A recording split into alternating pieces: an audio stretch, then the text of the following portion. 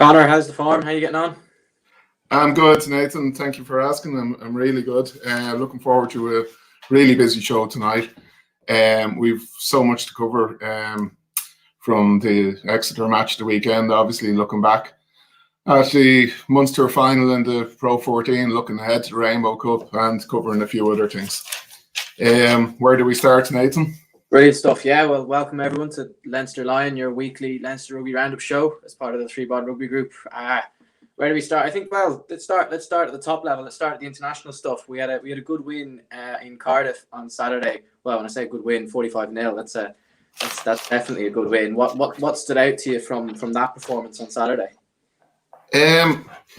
Just how clinical the women were, how well prepared, how well drilled, how they took their opportunities. There was a number of standout performers there. The two girls at half-back, Jane and Hannah Tyrrell, really impressed me how they controlled the game and how creative they were. There's a bit of Johnny Sexton about Tyrrell, isn't there? You know, the way she takes the ball so close to the line and varies the point of attack. Obviously, the woman everyone is talking about on that side is young Bev Parsons. I think we might just have a global superstar in our hands here. 19 years old, player around after her performance on Saturday. I think the sky's the limit for her. Yeah, there was that everyone's seen it doing the round on social media. There was that try, wasn't there, where she just absolutely destroyed about 2 or 3 would-be tacklers. I mean, she's something else. The power and pace that she has, she's your prototypical winger that you want on your team. She's so dangerous. And I think a couple of weeks before the tournament, there was talks of like maybe trying to get a Lions tour in the future going. And I think if there was a Lions tour this summer, she'd be the first Irish name on that plane. She's brilliant to watch, and frightening to think that she's only 19. There was a great she was on the radio there the other day. I was listening to her, and she played when she was 16. And because she was 16, though, she said like she couldn't actually share rooms with anybody when she first got into the squad. So to think that she's been doing this for 3 years now already is it's terrifying. It's unimaginable, really. 16 years old, like she just looks so mature and dominant. It's rarely you hear of someone breaking into a men's rugby at that age, and if they did, you'd kind of expect them to be easing their way into, or maybe showing the odd flashes. But the game just revolves around her. I don't know what her ceiling is, but at 19, you'd imagine she's a lot of improvement to go. And you'd imagine ceiling is quite high. And she's coming in at a great time as well. We've got this the new women's calendar where there's regular test matches in the global competition, so she can test herself against the very best on a regular basis.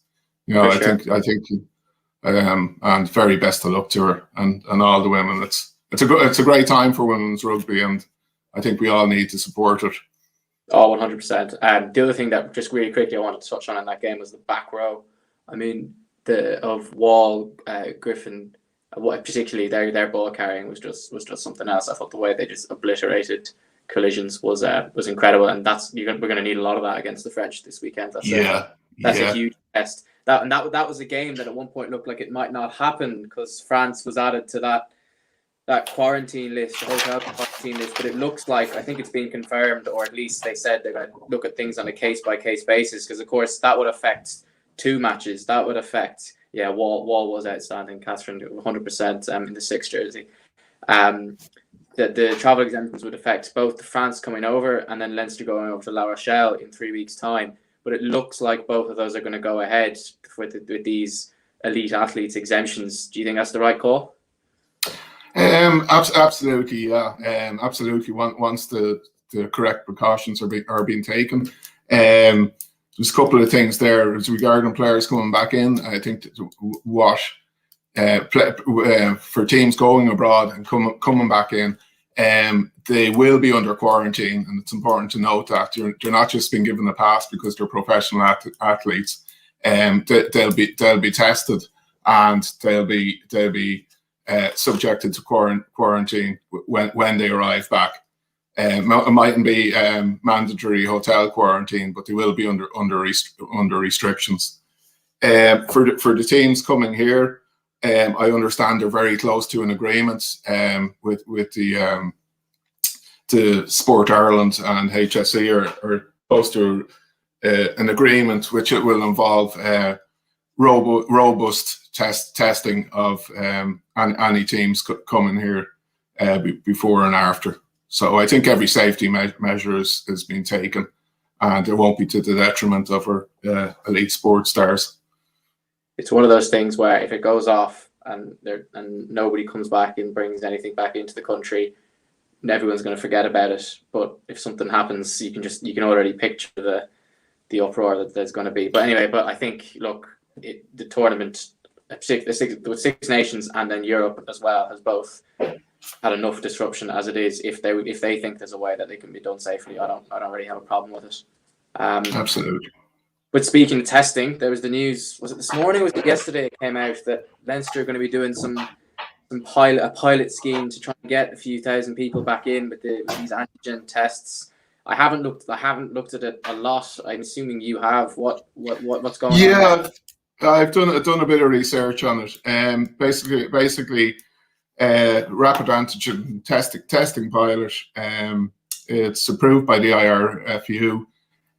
Basically, what it'll mean is Leinster will be allowed.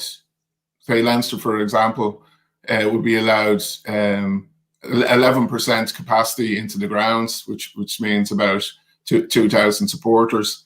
They'll all be pre-booked. They'll have an appointment for the test on the grounds at the RDS pre-match, and once immediate results from the test, and once they pass, they'll be clear to attend.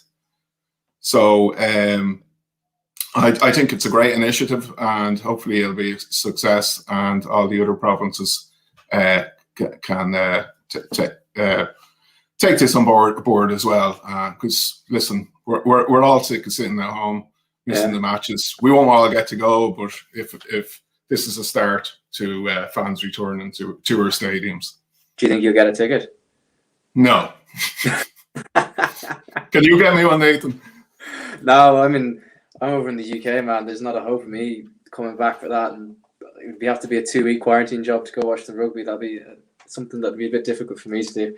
But yeah, look, there's going to be a few thousand lucky people who get to do that, and all power to them, and they'll enjoy it, and hopefully before long we can all get in. And it's the start of the road, basically. You know, the sooner we let limited capacity, the sooner we are to all of us being back watching matches.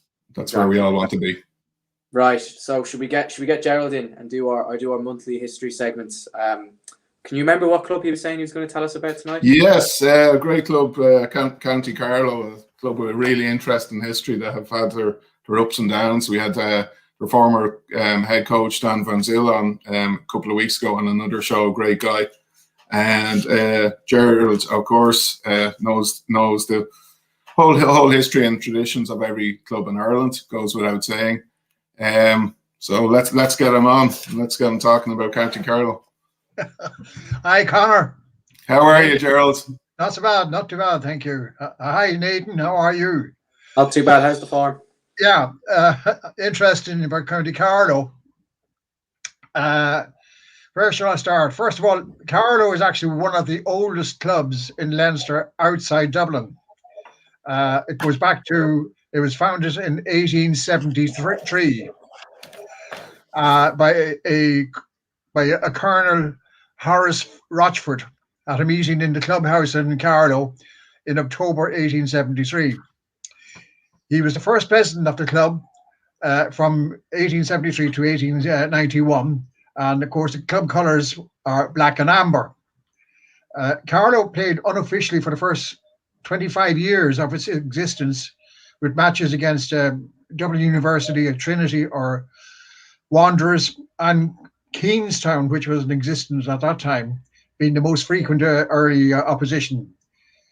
Fixtures were against Bector, Lansdowne are recorded in the 1880s.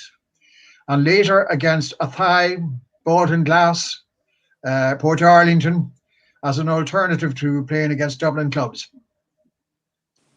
In December 1899, the club, with the backing of Wanderers and Lansdowne, was affiliated to the Leinster branch of the IRFU.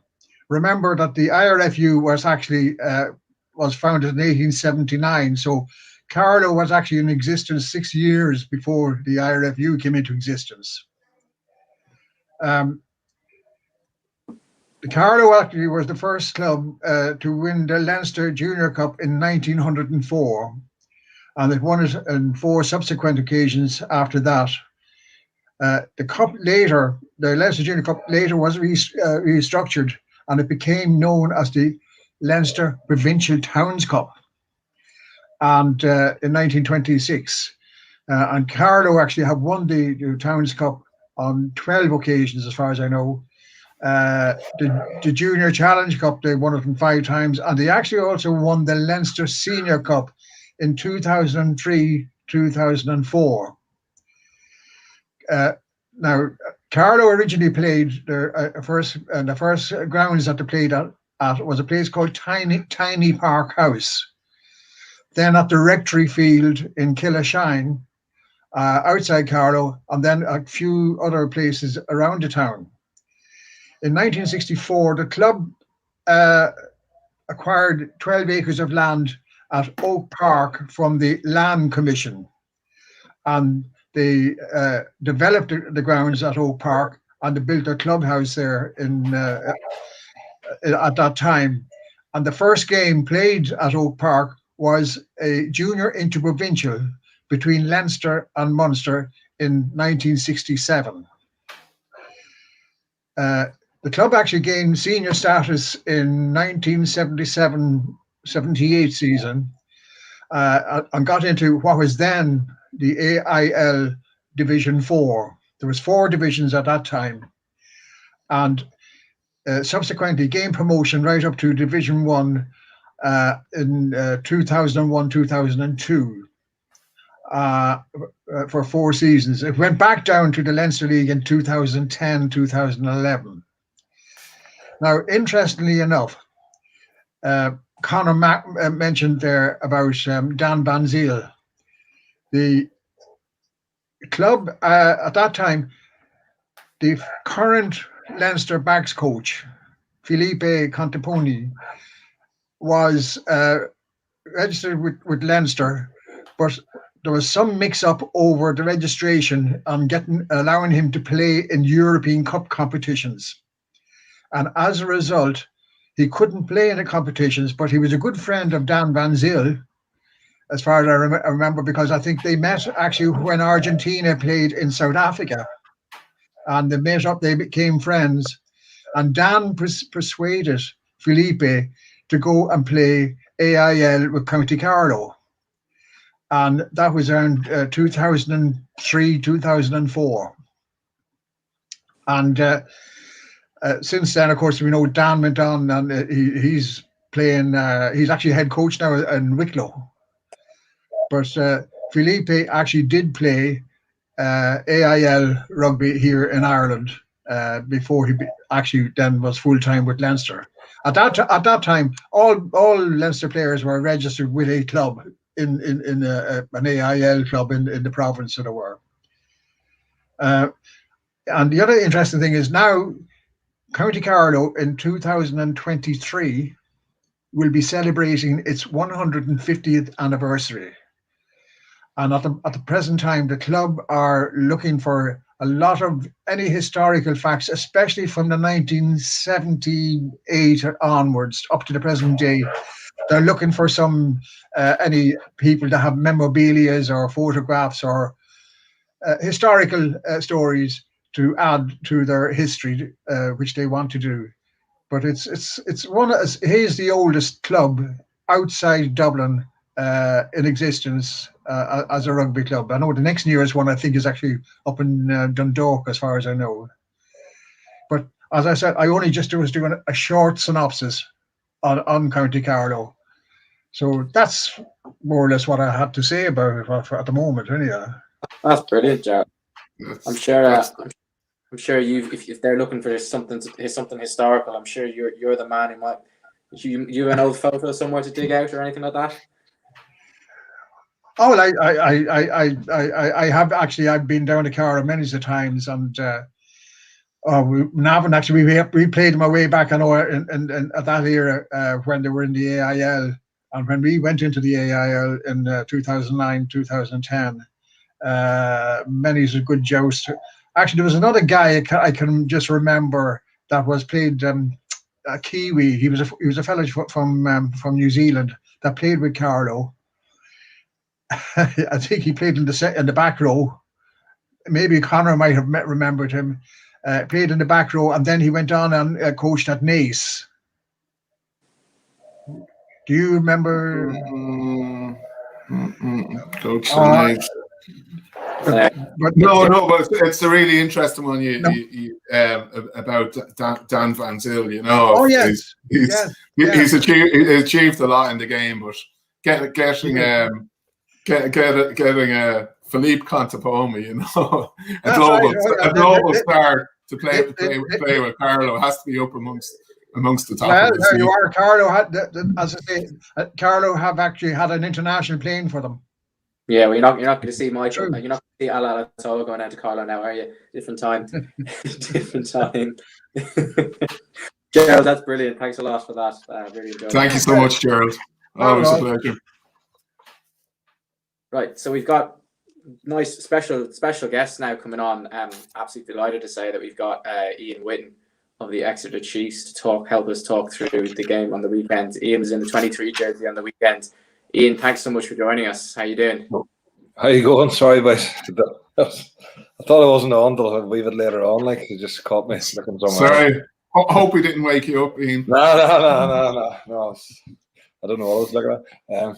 But thanks for having me. Cheers. Oh, pleasure. Ian, tell us a little bit about your background and how you ended up at the Exeter Chiefs. Well, obviously I'm from Ulster originally. Like, you know, grew up sort of just playing schools rugby, club rugby there. Played for Queen's University in the All Ireland League for a couple of years, and then got picked up by Ulster, sort of quite luckily, really, because there's not, you know, unless you go straight into the academy after school these days, you know, it's quite hard to get picked up. But I was lucky; I got picked up at university, got in the Ulster Academy, and then played for Ulster for 4 years, which was fantastic. Obviously, play for your home province is something, you know, you always want to do. It's lucky as well. I got a couple of Irish caps during that, albeit it was when the whole Ireland was picked in the Lions tour in 2009. That's how old I am. Still playing, like. But I went to USA and Canada with the Irish senior tour was that year. So got a couple of caps for Ireland then. But I was never really, you know, a nailed-on starter at Ulster, and you know, the opportunities obviously came across the water, and I didn't really know much about Exeter, but I got picked up by them, and it turned out to be a really brilliant move.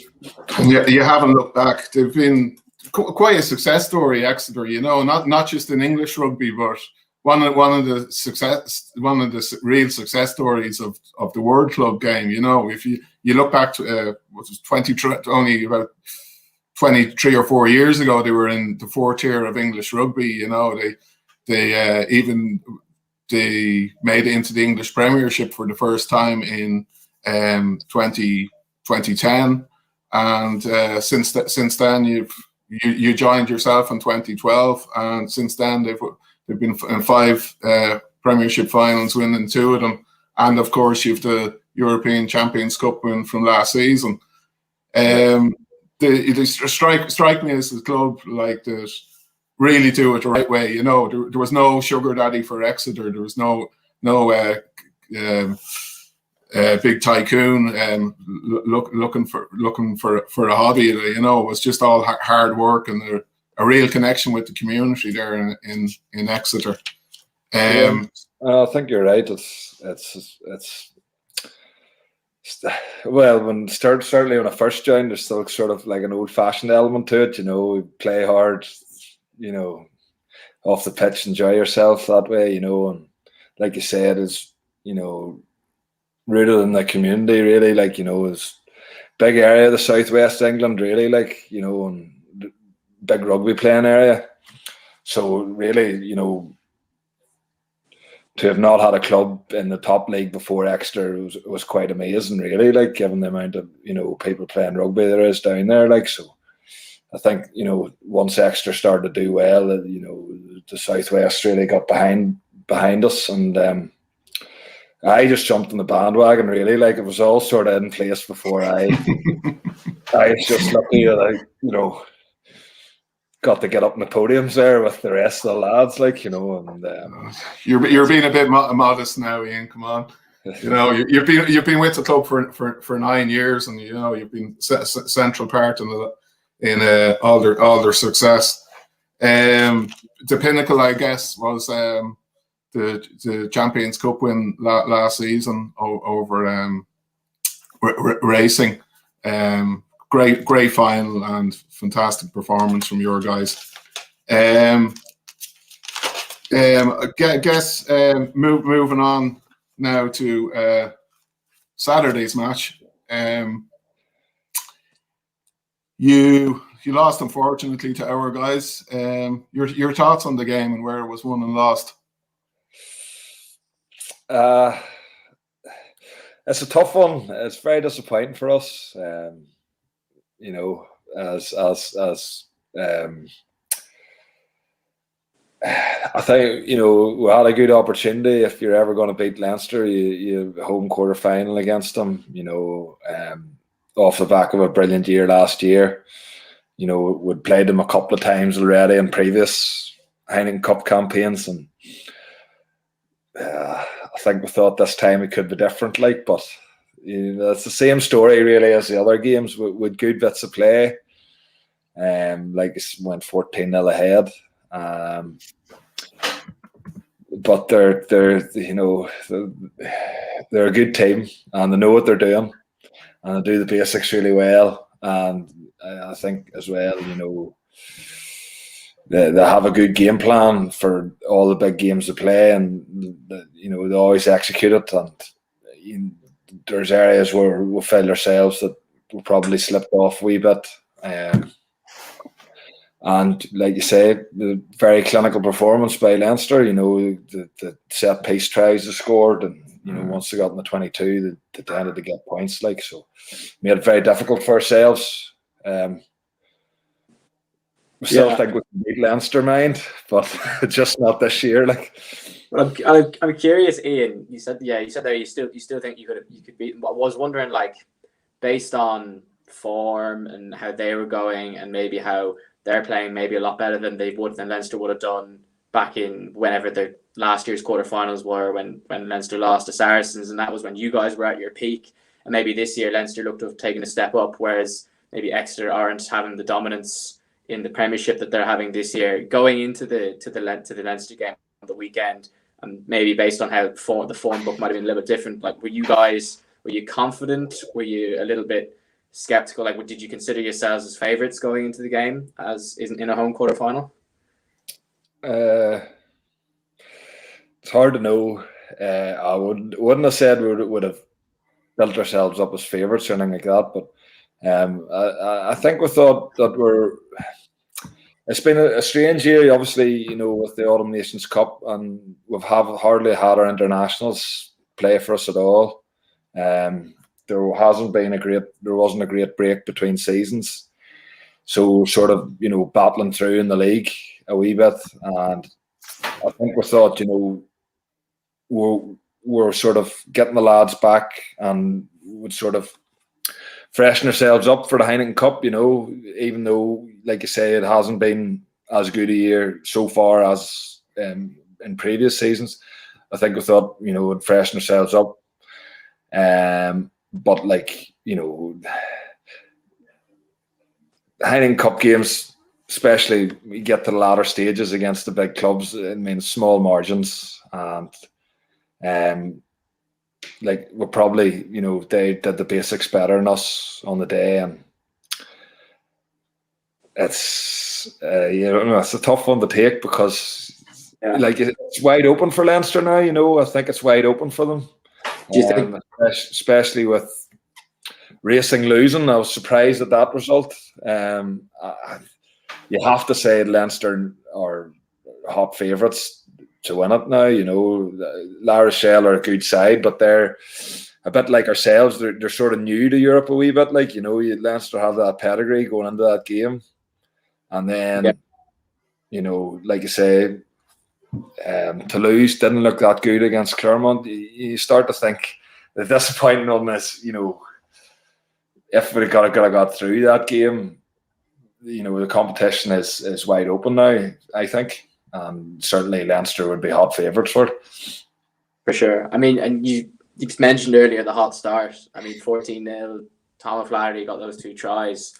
Both similar enough, actually, kind of coming in those wide channels. You know, I think it was it Simmons put him through the gap in the first one, and then it was Slade in the second one. Both kind of came in that 13 wing channel. I'm curious, was that somewhere that you had looked at targeting maybe in the build up to the game? Maybe, you know, Leinster's first choice outside centre wasn't playing. Was that something you guys had flagged, or was it just a case of, you know, you found something that was working and you kept hitting it until Leinster fixed it? I actually think probably when we analysed the game a wee bit there, we probably said a wee bit to ourselves, haven't had that bit of success in the wide channels. Later on in the game, we didn't go into the wide channels enough. I think we talked a wee bit about how we might have a bit of an edge having played last week. Leinster hadn't, you know, and you know, obviously I had a slow start last week against Lyon when we talked about, well, couldn't afford to do that against Leinster. We just forgot to say that, if you do get a fast start, try and keep your foot in their throat, like. But you know what I mean. But I think we don't not necessarily say we targeted space in the wide channels. We talk more about if we could get quick ball. You know, if you can get quick ball against any team, you're gonna then create space out there. So I think, you know, initially at the start, our breakdown work was good and we were getting quick ball and we were able to get out there. Like, so I think that was probably a result of that. But like as the game went on, we sort of slipped off that and we didn't get out there as much as we could have done maybe. And I think that's probably what, you know, helped Leinster get back into it. So does that mean you're saying there that you just, you know, the message before the game was we look after our own breakdown, we make sure we get that quick ball? Does that mean in the build up to the game, when you're doing your analysis, you're mainly just focusing on, right, this is what we're going to do and they're going to react? Or was there anything in this Leinster side that you guys had identified? Because I know you said quick ball works against anybody. Was there anything Leinster specific that you had pinpointed, or maybe going forward, maybe that other teams might look to exploit? No, it's hard. Leinster aren't the team you look at and you go, you know, they have massive weaknesses that you can exploit. You know, it was probably more focused on our game and let's see how our game matches up to them. You know, we obviously back ourselves, you know, ball in hand. We like to have possession of the ball a lot. You know, that's the way we like to play. More so than massive kicking game, like, you know, and I think looking back on it, maybe we could have exited better and not put ourselves under as much pressure that way. But yeah, no, the focus was definitely more on, you know, how's our game going to match up to these guys, more so than anything, I would say, you know, Leinster Pacific. I think obviously we talked about the breakdown, you know, the choke tackles and the work they do in there. And that's a big threat when you play Leinster. You know, it's a big end of the game for them. And we got it right for a bit, but not all of it, you know. Absolutely, Ian. Now, without any suggestions questioning the integrity of the referee, a lot of people commented on the interpretations of Monsieur Reynal and how he officiated the game, and possibly letting a bit more go at the breakdown. How does this affect a player, or does it, when you're used to a certain style of refereeing, certain interpretations, and then you come up against a referee? Do you struggle as players, as a group of players? Do you struggle with, and do you think it adversely affects one team more than another? Well, we've talked about it, Europe, before, how some of the refereeing can be different to the way English referees ref it, particularly around the breakdown, like you say. And we've talked about trying to adapt to that. Obviously, breakdown is a big focus for us in Europe anyway, because, like you say, different interpretations. French referees, Irish referees you can get as well, and it's not an easy thing to it's not an easy thing to flick between. You know, there's something you would get penalties for in the Premiership that, you know, are let go in Europe. So you just have to have a massive focus on. You can't be relying on the referee. You got to try and take him out of the game as much as possible. And you have to be reactive, don't you? You have to use your top 3 inches a lot of the time, and I'll observe how the referee is policing these and react to how he's doing it. And another matter on the officiating, there was a big talking point post game in a lot of the forums, was a couple of incidents involving, and one in particular involving Johnny Hill, your teammate. That undercurrent interpretations, now while there was nothing deliberate in his actions, undercurrent interpretations with a blow to the head like that may have seen a yellow card or even more, and possibly red. Well, how was Johnny after the match? Was he or at the time was he surprised he was still on the pitch, or what was the feeling in the Exeter camp about that decision? I think we'll all back Johnny up, you know. I think it's one of those you see it on the big screen and all. I was on the bench. You see it on the big screen, and your initial reaction was, oh no, he's gone. That these days is a big, like you say, we've had red card already this year. Shot to the head, and anytime you see a big hit, like, because it was a big hit, go anywhere near the head, you think to yourself, trouble. Yeah, exactly. So I think we're all just holding our breath, going, you know, anything could happen here. I mean, this could be anything. I mean, and I think we've talked about it as well. It's not going to change. So they've decided that what they're going to ref, and that's not going to change. So it's up to us now to get our tackle heights down, because if we don't get our tackle heights down, like, I mean, that's probably a 50-50 call there for Johnny on the weekend. Do you know what I mean? And are you happy?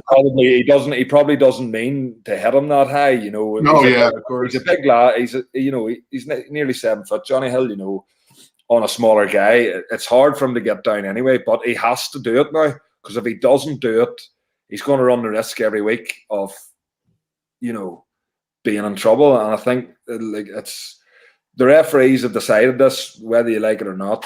They've decided this, and as players now, we've got to change, because if it don't change, we could be off. Do you know what I mean? That's just the way it's going to be. There's no point in, you know, saying, "Oh, I think it's wrong," or, you know, it's changed too much, or they've gone too far. I mean, they've come with this stance obviously head injuries are a big thing and all as well now at the minute. And they've come with a stance of, anything near the head's in trouble. So you have to say, as players, we have to change because the referees have made up their mind. So, but that sounds like these are conversations that are going on behind the scenes with coaches. Are they really drilling it? Are they basically just drilling that into you now, just lads? And is it a case of they're drilling it into you, or are they actually are they doing conscious things to work on it with you? Like, are you changing how you practice tackling now, or is it just a mental thing? You just have to go in with a different mindset when you go into the tackle now. We sort of practice chop tackling a lot anyway. We try and focus on low tackling and training.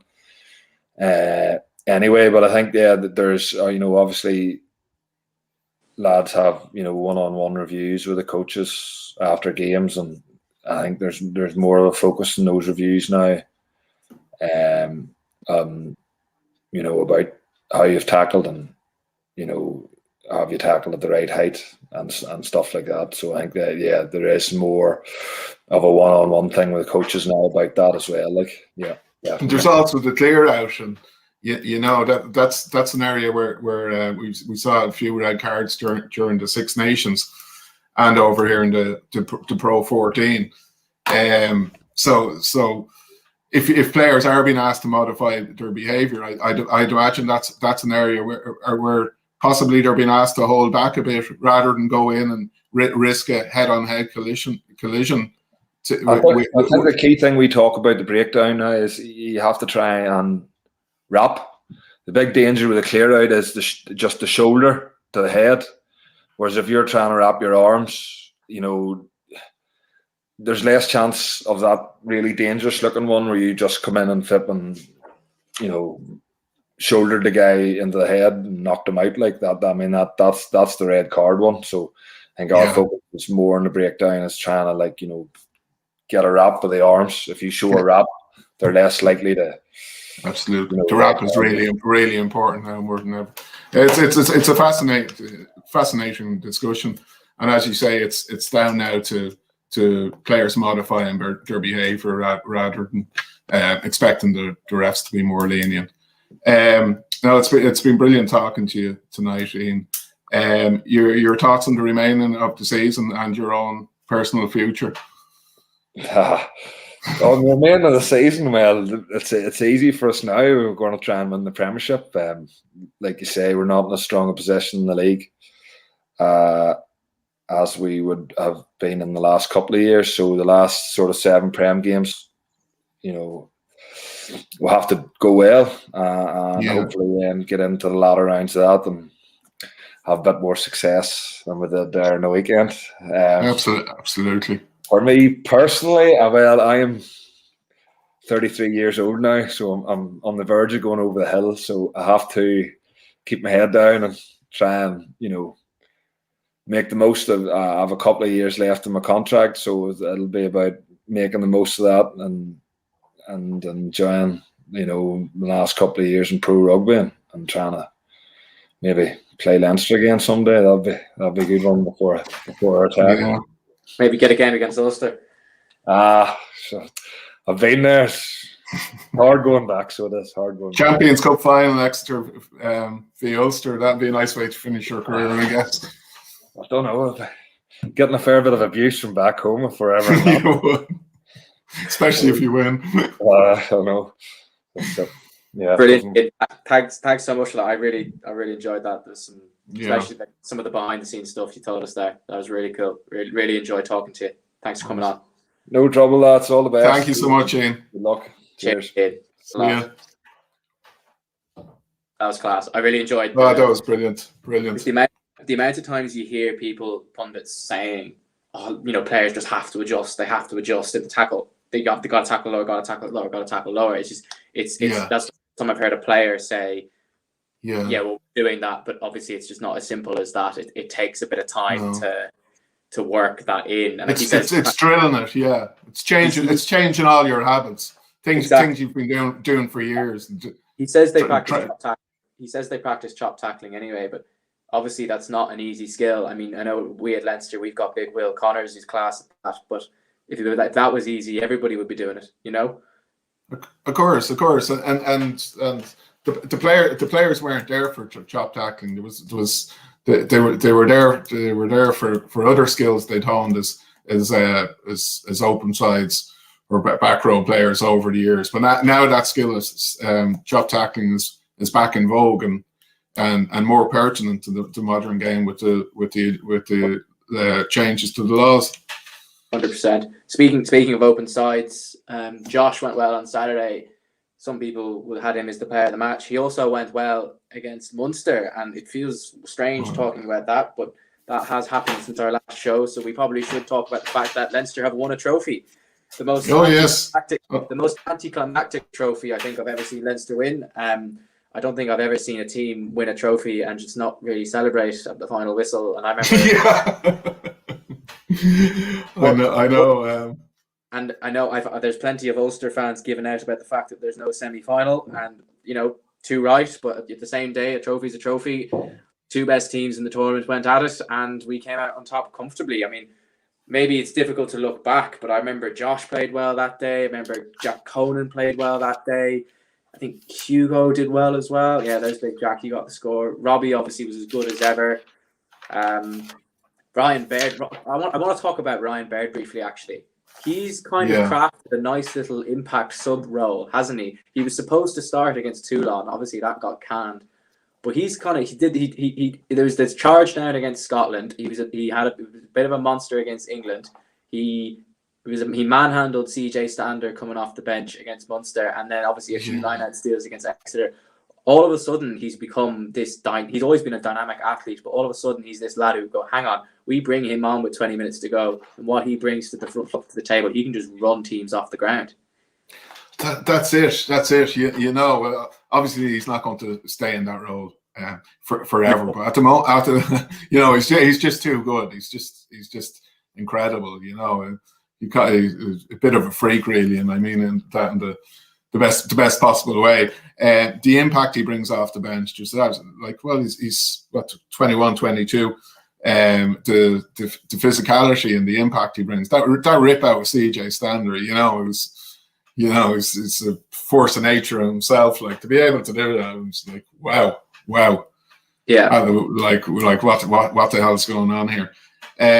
He's a fantastic player. To be that big and have that level of athleticism to go with the power and his speed around the park, he's going to be something else. You mentioned Josh van der Flier there. He had a huge impact in both our recent big matches, the final against Munster and the quarter-final over the weekend against Exeter. Did you hear the comments Brian O'Driscoll made during commentary on Saturday? I thought that was really interesting. He was left out of the early rounds of the Six Nations, and he asked Andy Farrell for some feedback on what he had to do to get back in contention. And according to Brian, he was told he needs to be more aggressive. He needs to be able to force turnovers. When he gets to the breakdown, and he needs to carry more effectively. I think that's what we're seeing from Josh now. We're seeing him timing his runs onto the ball a lot better and a lot more aggressive going into contact, and he's winning turnovers. He had a couple of key ones. I love his rugby smarts, like that decision to when the ref called tackle and he had the ball and he let the Exeter player strip it off him in the second half on Saturday to win Leinster a vital penalty inside their own half, like in the late stages of the game. That's thinking on your feet, So I think that's real. The thing about Josh that really interests me is that he got told what this BOD Farrell story. He got told to go away and work on his carrying or his physicality, and then that in the carry especially. I remember when he first came into the team. It was 2016. He played in England. He played in Twickenham, and him and Ultan Delan were punching holes. Like, granted, Ireland were down by quite a few at this point, but they were punching holes in the England line for fun. There was a New Zealand game where Josh carried with a few massive carries as well. So he's always had it in him. He hasn't just been this tackling machine, because he always has, but it's not just like he's been one-dimensional and not been able to do it. When he first came into the team, he did it. For whatever reason, maybe just because Leinster and Ireland, with the likes of James Ryan coming in to take up the carrying workload, CJ Stander for Ireland, maybe he hasn't necessarily had to do that. So when he does do it, he just hasn't done it as much. But I don't think it's it's something he needs to work on. It's not something he needs to add to his game. He's had it for a while, and if he's able to do that consistently with making 18, 20 tackles every game, which he is doing for fun at the moment, and I don't think we should forget that is a ridiculous amount of tackles to be making. Crazy. He's doing well, and also he's throwing offloads. The offload he threw to Keenan in the Munster final, that was ridiculous. Yeah. Where does that come from? And then obviously Keenan threw one for James for J-Lo on the weekend. But he's slowly but surely turning himself into a very complete player. Complete is the word I would have used as well. I was talking to someone earlier in the forum. I said I thought that performance on Saturday was his most complete performance. In all aspects of play, he was excellent. So it's great to see. That open side position is there for grabs. And so much competition. So competitive. Someone asked me, is he playing with the England game, this game, and let's say he does well in the last 2 games of Europe, is he playing his way into Gatland's thoughts? I mean, it's an interesting conversation. I just think you look at who's potentially ahead of him. Will Underhill go? Is he going to get enough rugby with Bath to get back into the picture? Curry will go, but will Curry go as a 6 or a 7? Hamish Watson, does he go? Gatland likes Tipperick. Tipperick, yeah. I don't know. It's the most competitive position, I think, for the Lions. You have so many top class players at 7. It's going to be really hard. He might need it. Speaking of which, there's a question here. Well, here we go. Thoughts on which Leinster players will tour? Right, come on, let's do this. Let's start in the front row. Tig's going. Fit is going. Sorry? James Ryan, if fit, is probably. Yeah, absolutely, definitely. And before you get past the front row, I think Andrew Porter is in with a real shout as well. I think it's Furlong and Sinclair will probably go, and I think Andrew Porter is in with a really good chance of taking that third tie head spot. Between him, Thomas Francis and Xander Fagerson, I think. Yeah, it'd be interesting. Right, let's play the game of ridiculously biased Leinster fans for a second. Is Ronan Kelleher a bolter?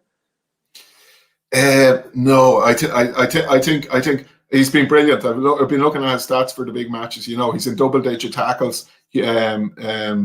Over like he's making 30 or 40 meters in every game. He's one of our primary ball carriers now. I just think he's left it. It's probably a year too early for him.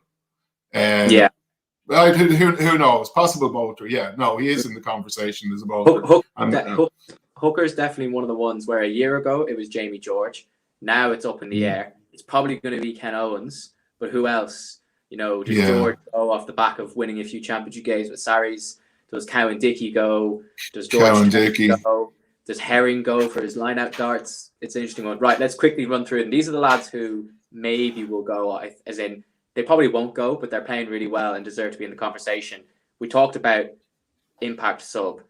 Ian Henderson last year, in 2017, went because as an impact player in the second row and the back row. Ryan Baird probably won't go, but there's a conversation there. No, yeah. If you asked me about an Irish number 8 who'd be in the conversation, I would have said Caelan Doris, but all of a sudden Jack Conan's playing some of the best rugby of his life. We mentioned Josh. I don't think any of the Leinster 9s will go. Johnny will tour. Yeah. Rob Henshaw's test match player for sure. Ringrose, I think hasn't had the best of Six Nations, and but he's definitely in the conversation. I think before the Scotland game, he was people were saying he was almost nailed on. He had a couple of drops against Scotland and has been injured ever since, so he might be a bit unlucky there. But I tell you who should go with this. Now, this is Hugo. Yeah. Now I think he'll take Liam Williams and have him cover wing and fullback, and then have Hawkins go back. So I worry because Hugo hasn't played as much Test rugby at wing, he might not go. But I think Hugo is currently the second best fullback in the 4 countries behind Hawkins. I'd agree, and I've kind of said it for a while now, along the same lines as you. Hogg and Williams will probably go as his full backs, and Keenan is next in line if there's an injury. But he's just getting better with every game. You know, I love watching how he's improved in certain areas as well. You know, he was criticised for passing that ball too early to Lowe in the France match. A couple of decisions like that. You know, now he's obviously worked on that, and his timing was absolutely perfect. You know, the offload and the pass, he was involved in 2 tries. Ridiculous. You know, he's just a very smart guy, and you know, no obvious weaknesses in his game. So I'd love to see him tour, and I think he'd be a great tourist as well. By all accounts, a really nice lad as well. So not, you know, an easy guy to get behind. Right, we didn't plan on spending 10 minutes talking about the Lions, but we did. Getting in trouble with the producer here. Right, we've got like 7 minutes there. We had a couple of things we wanted to talk about. So we spoke a little bit about the Munster final. I mean, that was just another two, you know, between Munster and Exeter, 2 very good performances, that both games that I was worried about. Living in Dubai, love the work being done. You're very kind, Fintan. Glad you're able to keep Thanks, Fintan. Glad you're able to keep in touch with the game at home. Rainbow Cup, we don't know what's going to happen there, so I suppose we probably should hold off on previewing that. It's either just going to be a series of Interpros, or it's going to be Interpros with some South African games. I think they said Friday they're going to make a decision about the South African teams coming over, so we'll see what happens there. The other things we wanted to talk about were, oh God, La Rochelle. La Rochelle, yeah. Raj. We're going to see Raj. Raj, yeah. I tell you what, right? I think man for man, we're better than La Rochelle. I think Raj wanted this draw to get us at home. This is huge. Absolutely. Every week he's on the radio on News Talk talking about how good Leinster are. So you know he's been watching them, and you know he's a fantastic coach, and not just him, John O'Gibbs as well, and another an ex-Leinster man. I think what worries me is, you know, Leinster have always been pretty good at dealing with French power packs. So I'm not too worried about the size of their pack, because, like, you know, 2 years ago we beat Toulouse twice in a season. You know, we know how to deal with that. It's the back row. It's their power and ball playing back row. Vito, Gordon, and Aldridge. Aldridge tore up Ireland in the Aviva a month ago or whenever it was. So that worries me. He's a fantastic player. And then out wide, Raymond Rule and Bottia. Like, they're a good side, and playing them away from home in a one-off cup game. Yeah. It's a big pack with a smart ball carrying back row and 2 big centres and pace out wide. It's going to be a tough one. It's going to be a really tough one. You know, with Raj there as well. Like, there's no fear of being a disinterested French side. Obviously, it's the semi-final competition. He's going to be able to give a perspective on taking on an Irish team that you wouldn't normally get from a French coach.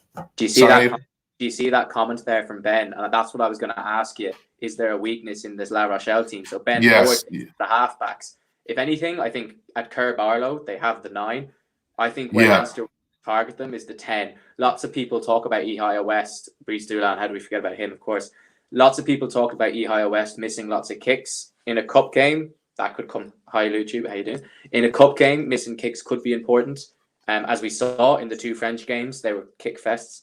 But I think, you know, Ire West is a fantastic running 10, and he's, you know, there was a couple of cross kicks he did as well. So he's clearly got a good skill set. But it sounds simple, but you just need to get after him. He's not a test level out half, and Ireland have a test level back row that can get after him. So I think that's where we win the game, or at least that's where we target it. It sounds simple, attack the other team's 10, but I think sometimes it is just as simple as that.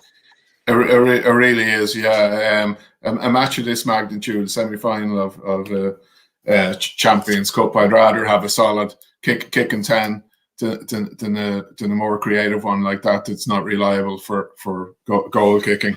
So I take Ross Byrne over him. Never mind. But if that is a weakness, it's their only one. I'm hoping and I'm confident Leinster just have that bit more composure in a match of this importance. They've been there before and done it, and I think Saturday's win over Exeter was a great display of all them attributes you associate with a team of that experience that's been down there, going down 14 points, keeping their composure and sticking to the game plan and getting back in. I think if we were to get a good start like that against La Rochelle, I'd be confident that we'd close it out.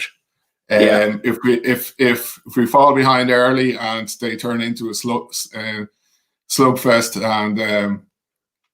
and it just becomes a scrappy forward battle like the two quarterfinals involving the French sides at the weekend, then it's going to be, it might be tough for us if it turns into a real arm wrestle. But there's a number of ways Leinster can play now. So Fintan there is like getting loads of questions in tonight. Thanks, Fintan. What's the La Rochelle bench like? Not as good as Leinster's, I don't think. They've got Jules Plisson at 10. He's got a few French caps, and then they have some big carriers up front that come on. But in terms of experience at this end of the competition, I don't think they can match the likes of Porter and Baird. Well, maybe not experience with Baird, but he's got the athleticism to compete with those big lads coming off the bench for sure. It's interesting you say if it's a slugfest, it might be difficult. I think Raj won't have La Rochelle playing a slugfest. I think he wants them to play fast and really stretch. Oh, he does. He'll look at what Exeter did in the first 10 minutes and go, right, well, that's where we need to go, and then we squeeze control of the game after a fast start. Quickly, before we go on to the transfer news, do Leinster win the Champions Cup? Yes or no? Yes. Absolutely. Very confident. Leave it. You heard it here. Conor Broomfield says we're going to win. Right. Transfer news came in last 24 hours. Michael Alatoa from the Crusaders Samoan international tight head prop. There are two ways. First of all, there he is in his nice red. He'll be trading the red for some nice blue. I think there's two ways of looking at this. Either he is being signed to replace Michael Bent because they don't think Thomas Clarkson is ready / they want two tight heads for when Porter and Furlong are with Ireland. That's the first way of looking at it. And then the second way is that he's going to be a bench option at tight head for the big games because we're moving Porter back across to loose head. Which one do you think it is? I think the only thing that makes sense to me, I discussed this at length earlier, is the only thing that makes sense is that Andrew Porter is moving back to loose head. This guy is not a squad filler for Pro 14. This is a man that's played nearly 100 times in Super Rugby for the best franchise in New Zealand. He is a very good player, and he won't be coming for peanuts. As regards to, so I think he's been brought in as a second choice tight head to Tadhg Furlong, and Tadhg, as we know, will be away on Ireland duty for a lot of the season. The argument for moving Andrew Porter back to loose head, and this has been discussed a lot on the forums.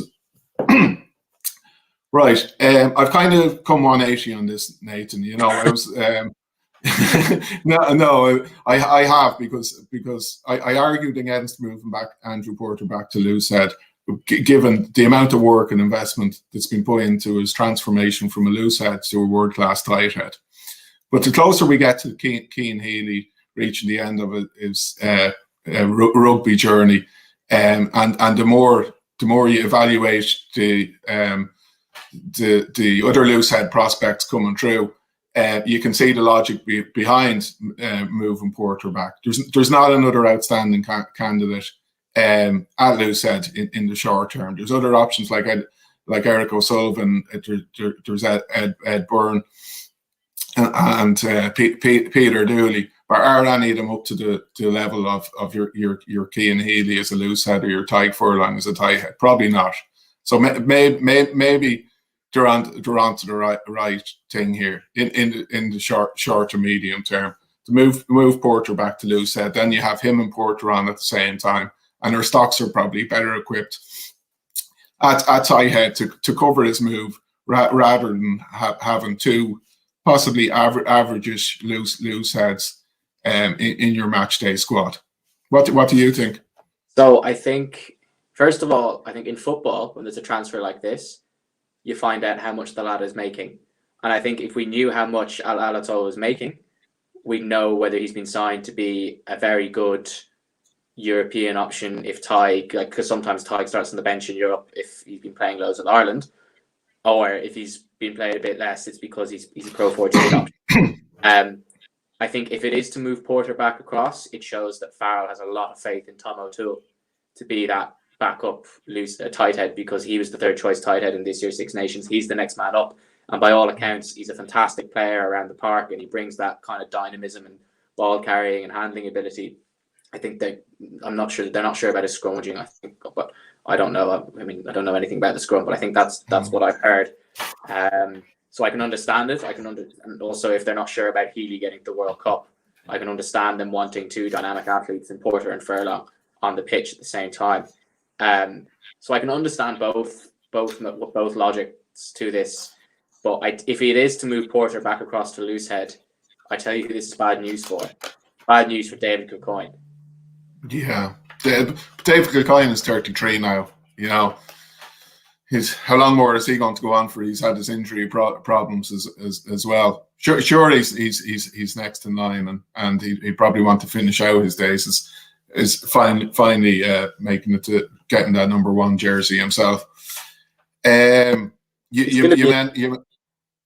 be interesting to see what happens. You mentioned there that we don't know what money he's on, and whether he's probably not coming cheap. You know, if he was an important player for Super Rugby champions, then he's probably not. There he is again, fine specimen of a man. I'm looking forward to seeing him play. You know, yeah. And he's going to. It's worth reminding everyone as well. He's probably going to be the only non-Irish qualified player in the Leinster squad next season. What's Scott's priority? Has he got another year, or is he done? Scott's off as far as we know. He's 37 years old now. I don't think there's talk of Devon actually being offered a new contract in the media today. So he should be, because if Ryan and if the two Ryans, James Ryan and Ryan Baird, are off with Ireland all the time, I think they need that experienced second row. Who's the next man up? Jack Dunn's probably the next man up. Yeah, they need a bit of Pro 14 experience in there. Anyway, got a bit over time, but sure, that's what happens. As usual. That's what always. Spent 20 minutes talking about the Lions. Anyway, I think that's everything. Unless you want anything else you want to talk about? No, that's been brilliant. Really enjoyed tonight's show, and thanks to Gerald and Dean for joining us, and thank you all for watching. Just a reminder that our next show is this Thursday. It's the Keego and Big Joe show. So we plenty of chat on that with them two involved. You can watch it on Facebook, or you can watch it on the YouTube channel. So be sure to tune into that, and we'll see you next month. Cheers. Good night, and thanks very much.